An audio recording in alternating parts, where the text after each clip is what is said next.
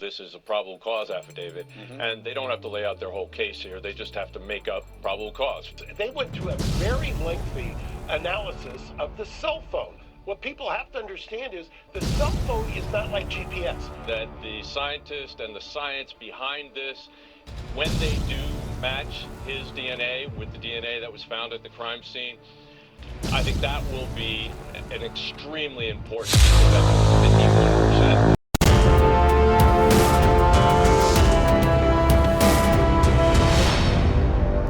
This is Reporter Room with Jessica Della Davies. Hello, Reporter Room investigators. My name is Jessica Della Davies. I'm an investigative journalist, and my job is to crimes, crime scenes, and potential suspects and share with you how to do the same thing. If you haven't subscribed, please do.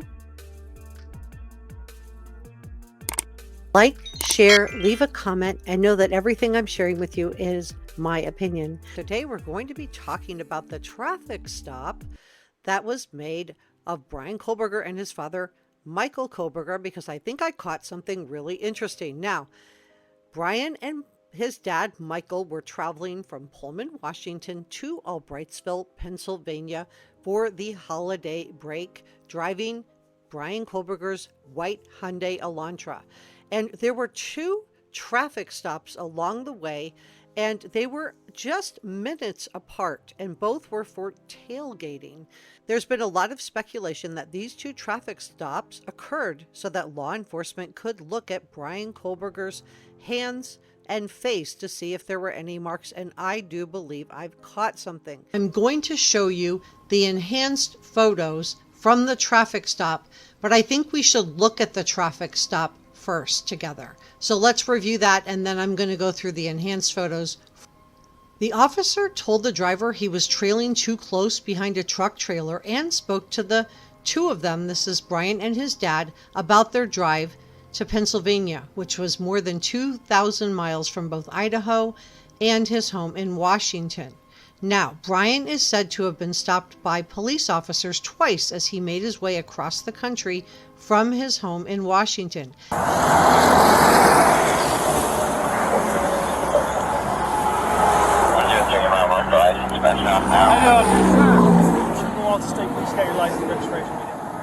I stopped you, man, when you were driving by me there, you were a little too close to the back of that semi. About one car in the back of this trailer. About one car in 10 miles an hour, so going 60 or 70 miles an hour. About 6 or 7 cars.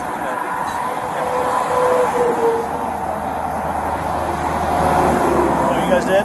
Yeah, and you said that so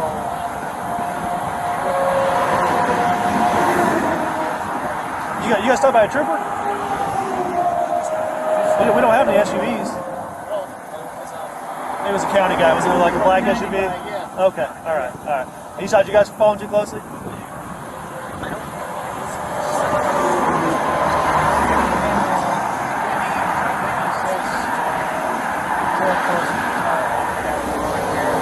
Okay. Today? I'm not going to give you guys another ticket or warning if you just got stopped. Just make sure you give yourself plenty of room, okay? So because they just got stopped, the officer elects not to give them a ticket and instead gives them a warning. So everyone is innocent until proven guilty. Let's look at the photos that I have enhanced for you of Bryan. Let's look at the screenshot of the traffic stop, and then I'm going to show you the enhanced photos, and you guys can tell me if you think this is something, if these are cuts, are they bruises, or is this just nothing at all? But I wanted to enhance them for your consideration. And we're going to look at enhanced photos of his selfie together in just a moment, so please stay with me.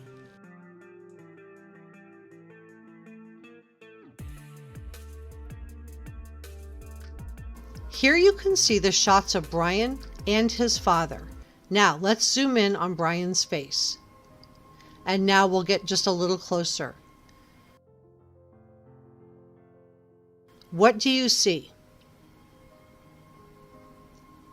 Next, let's go back to the still shot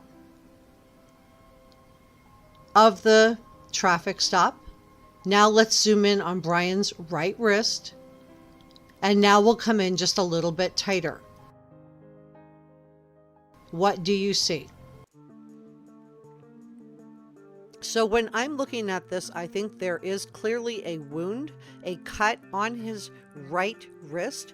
We also know that BK's defense attorney, Ann Taylor, filed a motion in an effort to keep his body search. So this was done after he was arrested on December 30th, to keep his body search away from the jury. Whatever law enforcement found on that, she did not want the jury to see. And is this related to this, what looks to me, in my opinion, let me know what you think, that there is a cut clearly on his right wrist? And then let's consider the selfie photo, which was taken within hours after Kaylee, Maddie, Ethan, and Xana were all done away with. And you can clearly see on the selfie photo that there are blisters on the inside of his thumb.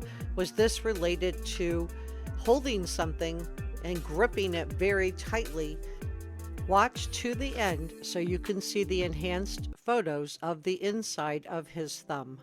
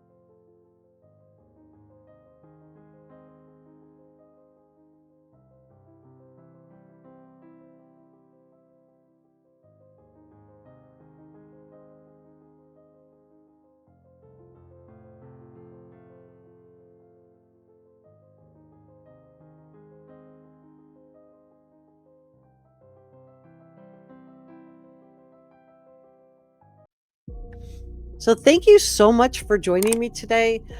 I really enjoyed getting to spend a little bit of time with you, and I look forward to seeing you next time.